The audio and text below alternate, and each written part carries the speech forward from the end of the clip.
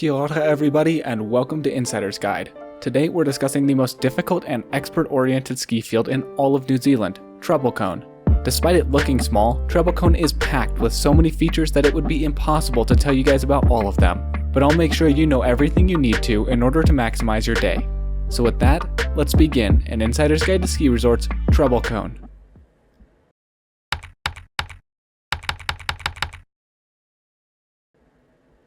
Treble Cone is rather unique in its geographical location.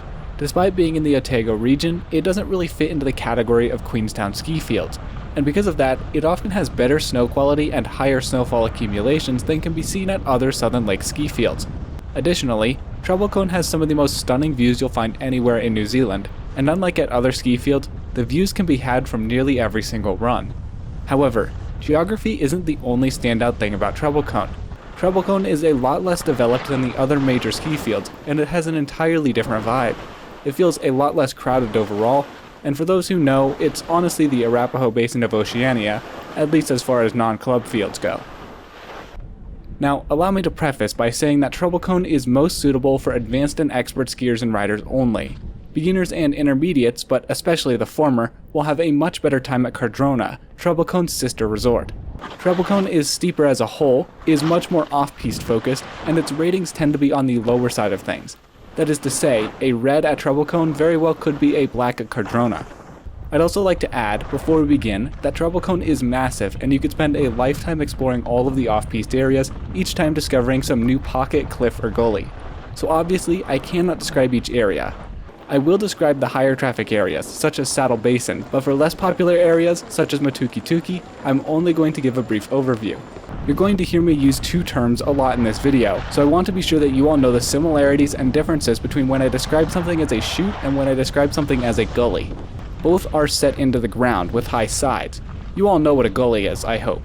In skiing terminology, chutes and gullies can be quite similar, especially narrower gullies like can be found all over the place at Treble Cone. However, the major difference is that, at least for the purposes of this video, a chute is defined by some major geographic feature like a rock formation or a cliff that forces you to stay in the middle and doesn't allow for any escape. On the contrary, a gully, for the purposes of this video, may very well have steep walls, but is still escapable on both sides and doesn't force you to stay in it. Oh, and one last thing. Avoid looking like an absolute clown by minding the big step up into the bathroom at the base. That definitely doesn't come from personal experience. Alright, now, let's get to the good stuff. Out of the compact little base area, you have a vast variety of options, those being Home Basin Express. Home Basin is an older six-pack, but it rarely gets busy. It has a queue on each side, but Triple Treat and the base area both jump into the looker's left line, which makes it much longer than that on the looker's right. You can traverse to the skier's left just above the slow sign from Triple Treat in order to get to the shorter line on the other side. The resort's other chairlift, Saddle Basin, tends to get much busier than Home Basin, especially at mid-morning. As such, I recommend saving your saddle laps until the afternoon and hitting Home Basin for the morning. Traversing all the way skiers left from the top of Home Basin will take you to the Motatapu Basin. It's got lots of natural gullies and all sorts of cool features. The upper part of Outer Limits does get quite steep, and the lower portion's snow conditions can get sketchy quickly. In all honesty, it's pretty much more of the general off-piste you can find elsewhere, but with less snow and less people. Make of that what you will. Personally, I'm not the biggest fan of the area, but some people rave about it. It does have a decently long traverse to exit. If you get to the Motatapu gate but change your mind, you can hit Upper and Main Camel, which are typically mogul runs with a good fall line. I believe Camel does very occasionally get groomed, but don't quote me on that and certainly don't count on it. Ridge Run is basically just an extension of Motatapu without being gated. Main Street is the signature cruise of Treble Cone and can be quite fun in the right conditions. It does have a tendency to get icy, and I'll add in now that in my opinion, the grooming is better at all three of the other Southern Lakes fields. The upper part of Main Street has a couple of curves and rollers, and then it gets a more sustained pitch towards the bottom. It has one big switchback before going into the base area, but that switchback can be tricky when icy, so be careful. Big Skite is a super wide but super steep groomer. It'll often be just fine on its upper portion, hiding a pure sheet of ice on the lower that can be quite dangerous. Nonetheless, I love lapping Big Skite, especially first thing when it has corduroy. This blue section runs from looker's right to looker's left, dumping you onto Triple Treat. Midwave is a winding, sometimes groomed narrow blue, almost bordering on a road. Upper Sinclair's is a nice gully, although its snow quality isn't the best. As a general rule, be careful with all off-piste below Big Skyte, and avoid any off-piste below Kia Crossing unless it's a powder day. You can get much better off-piste in Saddle. Starting to see why it's more popular? Plunge continues that gully from Upper Sinclair's, while Lower Sinclair's is a nice mogul field most of the time. Lower Midwave is a big area with lots of mini gullies and ridges. As a whole, it has some of the worst snow at the resort pretty consistently, so I just avoid that area. It skis much harder than a blue. Triple Treat is the only main mountain green, and as you can see, is just a switchback road. Maybe it's just me, but I actually quite enjoy just cruising Triple Treat. However, it can get quite busy, and due to the geography of the run, it's not great for true beginners. The other area beginners can go to is Nice and Easy, which is a very limited area, hence why Treble Cone isn't great for beginners. Now, I will give credit where it's due, however, because Treble Cone's beginner area there is significantly less crowded than the learners areas at many other ski fields just due to the nature of the field as a whole. And as far as the final green, Kia's Crossing, just don't. Jumping back up towards the top of Home Basin, Roller Coaster is a super short, super sweet groomer that is good for progression from greens. Saddle Track is the only way to get to Saddle Basin that is in bounds. It does get pretty flat, but you'll just have to deal with it. Dreamweaver, Sidewinder, and Powder Bowl are your classic Treble Cone off-piste with lots of gullies and such to explore. Gun Barrel is a little bit more prominent of a gully than all the fall lines lead down into. The indicator chutes often require some big air to enter, or you'll cut up your skis on some rocks. Either way, they can get treacherous. Not to mention that halfway down, you might just discover that the snow stops, and you'll have to try to climb, traverse, and sidestep up and over to the next chute. True story. So be very careful with indicator. Magnum is just more general off-piste, but it faces straight into the sun and thus melts off very quickly, often leaving lots of rocks and tussock exposed. All of the off-piste just mentioned is part of one of two methods to exit Saddle, which I'll discuss further in just a second. From Magnum, you can access Solitude and Sundance, two areas that I absolutely loathe. It seems like this area always has tons of exposed obstacles, mostly due to it also facing straight into the sun all day long. At the bottom, if you make it down with both skis intact, there's a very annoying traverse along the edge of Car Park 3 to get back to the 6-seater. This big purple closed area is due to a creek, but along the other side, the namesake run starts off as some mini chutes that all flow into this weird side hill traverse chute hybrid. Weird is the best way I can describe it. What I can say definitively is that Rock Garden and Dream Pipe are not reds. They are legitimately a chute, or if you stick skiers left to avoid that area, you'll find a very nice 2-meter drop onto Triple Treat. So if you're a true intermediate, avoid this trio of runs like the plague. Oh, and the snow's typically pretty bad, just as icing on the cake. Alright, enough bashing Home Basin. Let's jump over to Saddle. The Saddle Chair's queue is located on this looker's right side, so it can be a touch difficult to get to from South Ridge. Be sure to get some speed. As previously mentioned, there is only one way in, Saddle Track, and two ways out.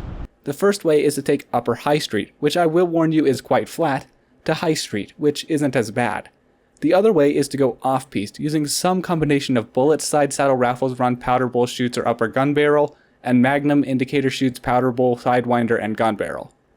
Now, Upper Gun Barrel here might just be the easiest black at the resort. It's a super wide gully, not a chute, and yes, it's steep, but it's a far cry from many of the other blacks at Treble Cone. The Powder Bowl chutes aren't terribly narrow and aren't terribly long either, meaning that as far as Treble Cone chutes go, they're not crazy. Raffles Run is the easiest groomer in Saddle, but it's still relatively steep for a blue in comparison to other blues all around the island. Side Saddle is typically ungroomed and is a really good area to learn to ski moguls. Bullet very well may be the most difficult groomer in the whole of the Southern Lakes. It's super steep, has high sides like a natural gully, and tends to be a full sheet of ice.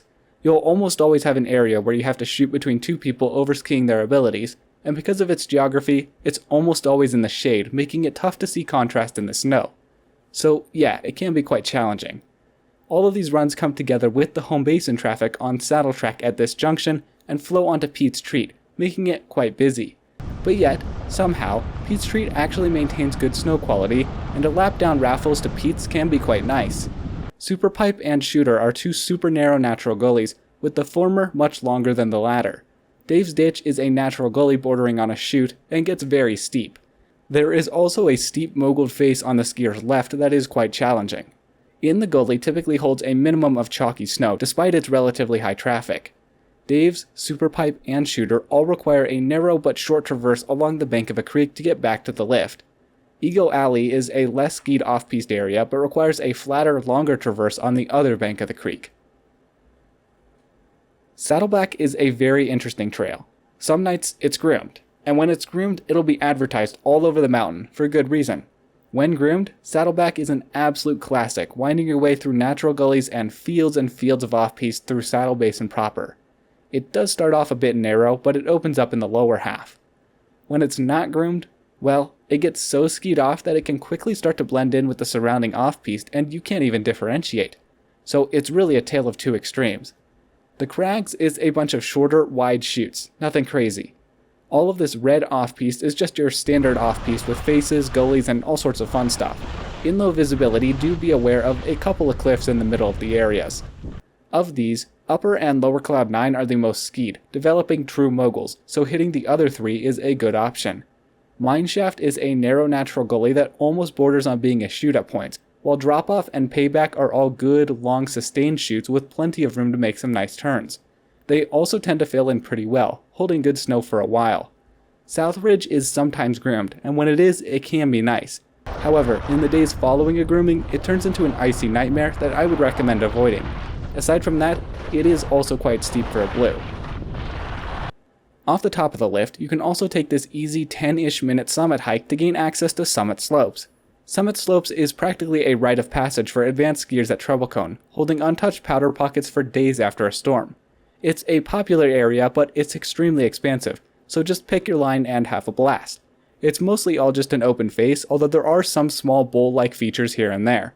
The true head wall also has a chute if you want, but honestly the hike is best for just the powder fields it provides access to. And finally, we come to Motatapu, which is some of the gnarliest terrain across the entire continent. You'll enter through a gate just lookers left of the top terminal of Saddle in order to access the meadows, which has some solid natural gullies you'll need speed to get over in order to get to Gate 3. You can also access Gate 3 directly from South Ridge.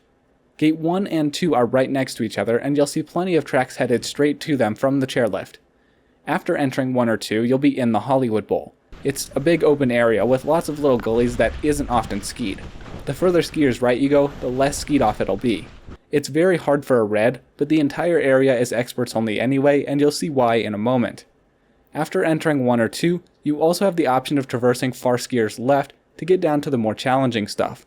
Gate 3 offers direct access, but sometimes it'll be closed, and traversing along the rope from the inside will be the only way. Look, obviously I can't cover every single little couloir, but here's my best attempt at a basic overview. Chutes 1 through 5 aren't really chutes, but rather just narrow entrances to a wide open bowl area. Chutes 6 and 7 are both the widest and most popular chutes, particularly through the 7B entrance. 7A has some more narrow couloirs. 8 disappeared off the face of the earth, and 9 is some tight upper chutes that flow into 10, which is a less popular chute, but is still plenty wide and fun. 12 also falls into that category, although 12 and 13 can be a bit difficult to find due to their location at the bottom of an ambiguously monotonous gully-riddled bowl area. That's a mouthful. Further skiers right of the fickle finger are some much tighter, much shorter chutes. Sunset Boulevard is arguably the hardest run in this entire area because it is so skied off and narrow. Be wary of creek holes when first entering it from Hollywood Bowl. As a whole, there are way more chutes than just the numbers on the map, but many that are unlabeled are too tight or technical to ski in anything but the best conditions. In general, the lookers left chutes are shorter but narrower than those on the right side.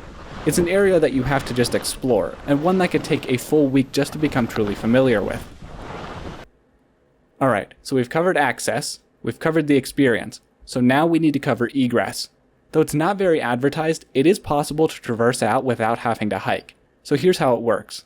The walk out from the very bottom can take anywhere from 10 to 25 minutes based on your pace. I'm relatively slow and it takes me 20. It's a pretty easy hike. However, if you want to cut out as much walking as possible, as soon as your chute opens up, traverse as high skiers left as you can. You'll most likely see a bunch of other traverse tracks. Beware that some of the traverses, as you come up on spines between the chutes, can have unexpected cliff drops on the other side. As a general rule, from chutes 1 through 7 you can make it all the way out by traversing.